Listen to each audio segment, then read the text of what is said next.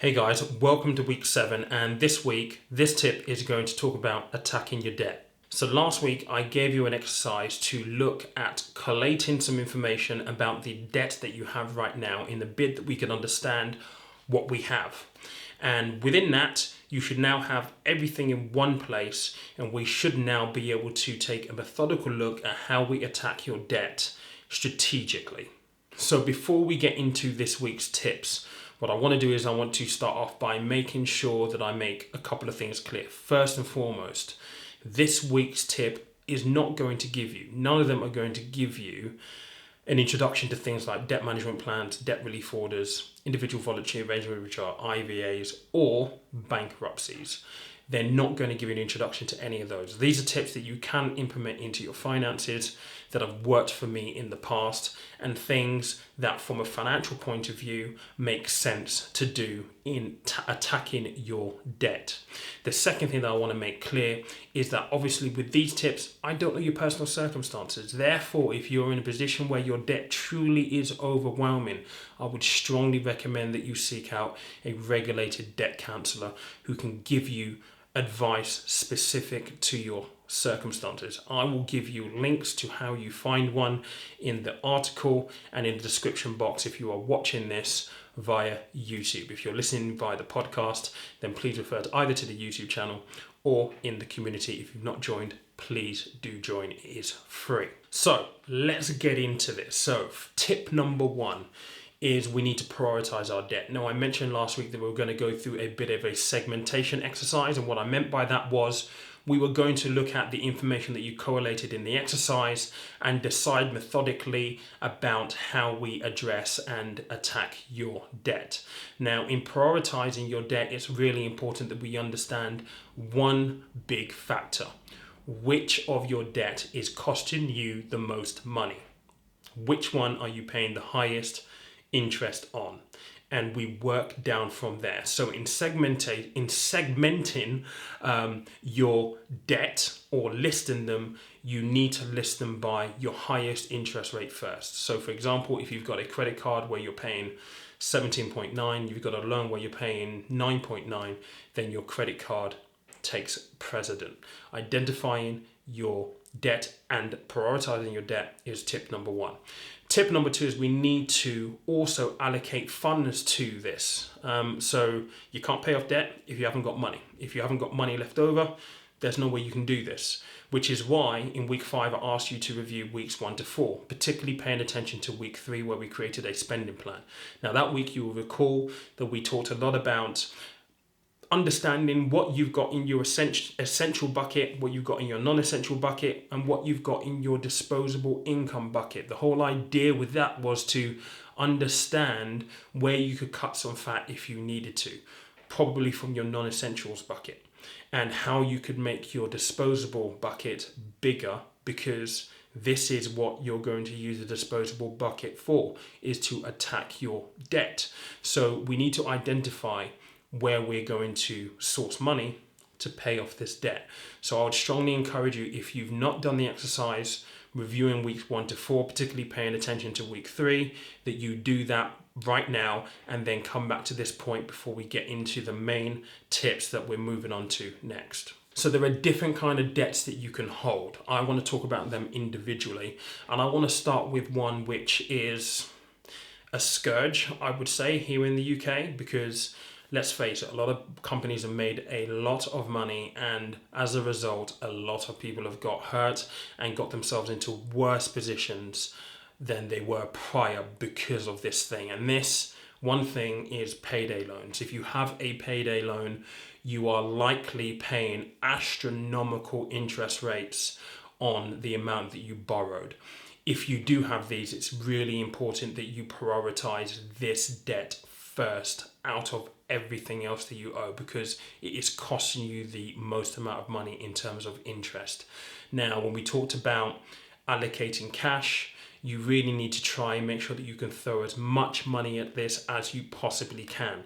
You may think that that amount is small, but believe me, it will help. It's that snowball effect that you're looking after. You start to build momentum, and all of a sudden you start really making headway into it. You need to allocate as much money as you possibly can to this. So payday loans has to come top of your agenda if you hold them. Second one that I want to talk about is one that I have personal experience with, and that is credit cards. Now, credit cards are open-ended debts. They are rolling debts. They just continue to exist. And certainly for me, my credit cards were a source of stress and just anxiety. I hated it because I was in a position where I owed an amount of money, but me being me back then with no financial discipline whatsoever, I make the minimum payment. And it wasn't until probably a year or so into making the minimum payments, I looked at my statement, because I wasn't looking at my statements back then, to realize, well, actually I've paid nothing of the capital off. And it really gave me a bit of a kick up the backside. And that's the danger that you run with credit cards, and the fact that if you make your minimum payment, the amount you owe is still outstanding. And for many people, you just feel like you're in this cycle that you just can't get out of. And it's this ongoing thing. It's this ongoing source of worry and stress that you just consistently have all of the time. Now, with your credit cards, there are a number of things that you can do. First and foremost, prioritizing is important. If you have more than one credit card, you need to have a look at the interest rates that you're paying and attack your highest interest card first. So if you've got one at 17.9, one at 10.9, you attack the one at 17.9. It's really important, obviously, that you have a look at making sure that you maintain the minimum payments across all of your cards. But the idea here is that in addition to your minimum payment for your highest rate card, you throw some additional money at it from your disposable income. Very, very important to make sure that you get the consistency and you keep that consistency up. The second thing you can do for credit cards, you can do a thing called a balance transfer. I know many of you would have heard about this, but a balance transfer is essentially where you have the ability to transfer from a Barclays card, for example, to a Virgin card, and you paid zero interest for either a 24 or a 36 month. There are lots of deals out there at the moment on the open market. You just do a little bit of research. Now, it goes without saying, if you do want to do a balance transfer, your credit report is extremely important. If you've had missed payments or late payments, the bottom line is you are going to be declined. So this probably won't work for you. But if you do get the opportunity to have a balance transfer, there are probably two things that I would really recommend that you pay attention to. First and foremost is pay attention to your psychology when you do the balance transfer. What do I mean by that? A lot of people fall into the mistake of doing a balance transfer from a Barclays to a Virgin, pay no interest, and all they basically do is continue to make the minimum payment. Now, whilst the minimum payment doesn't have any interest factored into that, when you do a balance transfer, you should be looking to pay down that card as much as possible, because you pay it off quicker. By allocating an additional £20 to the minimum payment or £50 to the minimum payment means that you're going to pay this off a lot quicker. And what that basically means is you get that momentum, which you can then use to move on to the second card once you paid the first one off. Pay attention to your psychology around this. Make sure that you put a process in place, whether you do a direct debit every single month for an amount over and above the minimum payment, to make sure that it's not something that you have to do on a monthly basis and you could possibly forget. The second thing to bear in mind when you're doing a balance transfer is, clearly, if you've gone from a Barclays card to a Virgin card, you have an additional card. Make sure that you get rid of that Barclays card. I have seen clients do a balance transfer and not destroy the old card, and 2-3 months later, they're back adding money onto the Barclays card, which completely defeats the point in the first place. And the only thing you're doing is adding debt to the molehill that you already have, when the objective is to pay it down.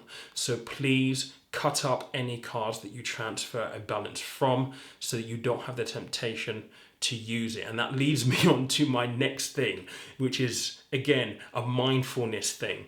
If you do have this strategy to pay down your credit cards, don't put yourself in a position of temptation. I know, for me as a person, that I'm quite a spontaneous spender, and therefore when I pay down my credit card or was paying down my credit cards, I would not carry that same credit card in my wallet or purse.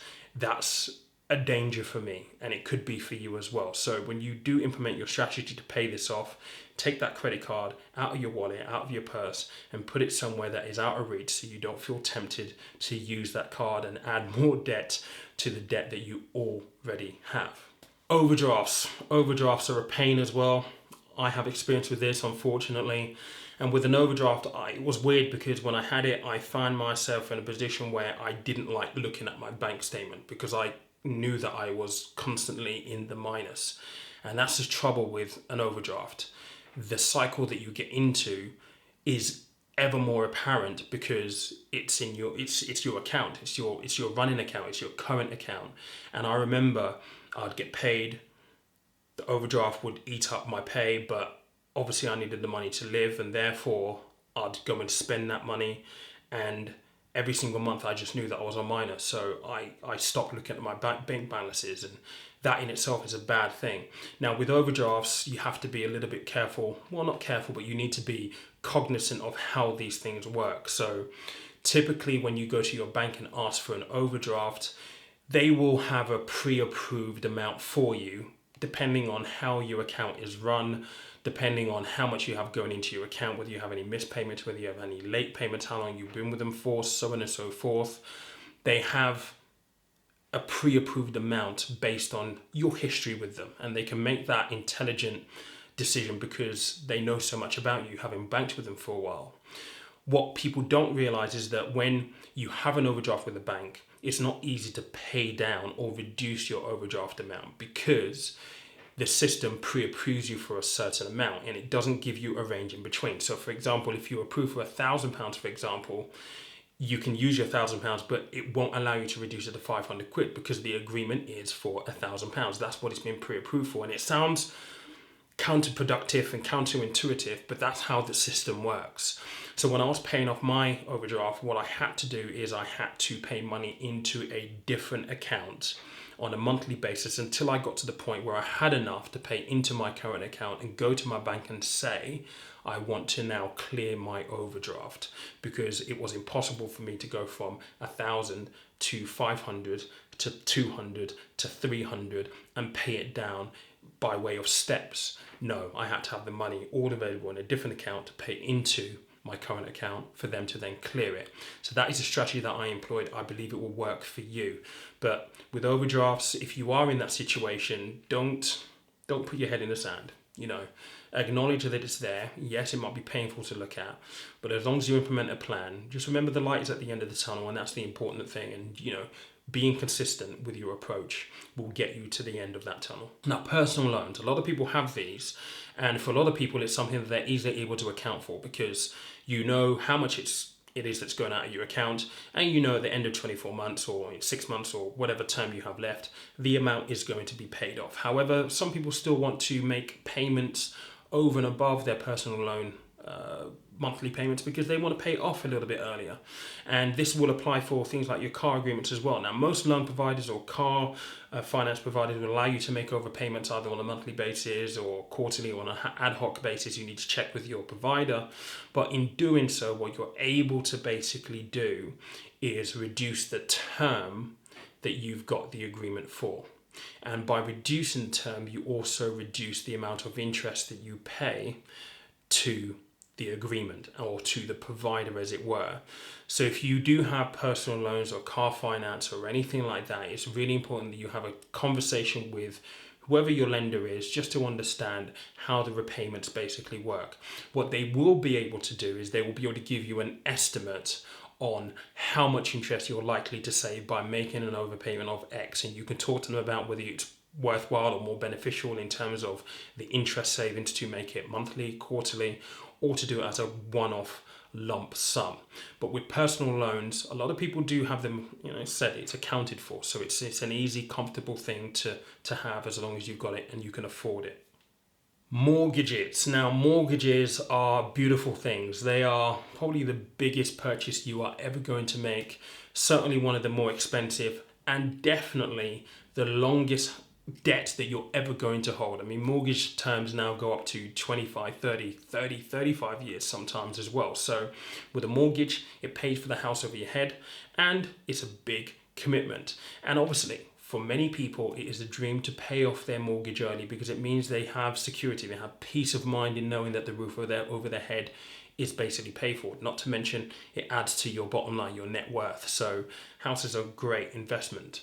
Now, for many people who want to pay off mortgages, there are a couple of things that you need to know. Now, as you know, I'm a former mortgage advisor, and within a mortgage, a lot of the providers will allow you to make overpayments every single year.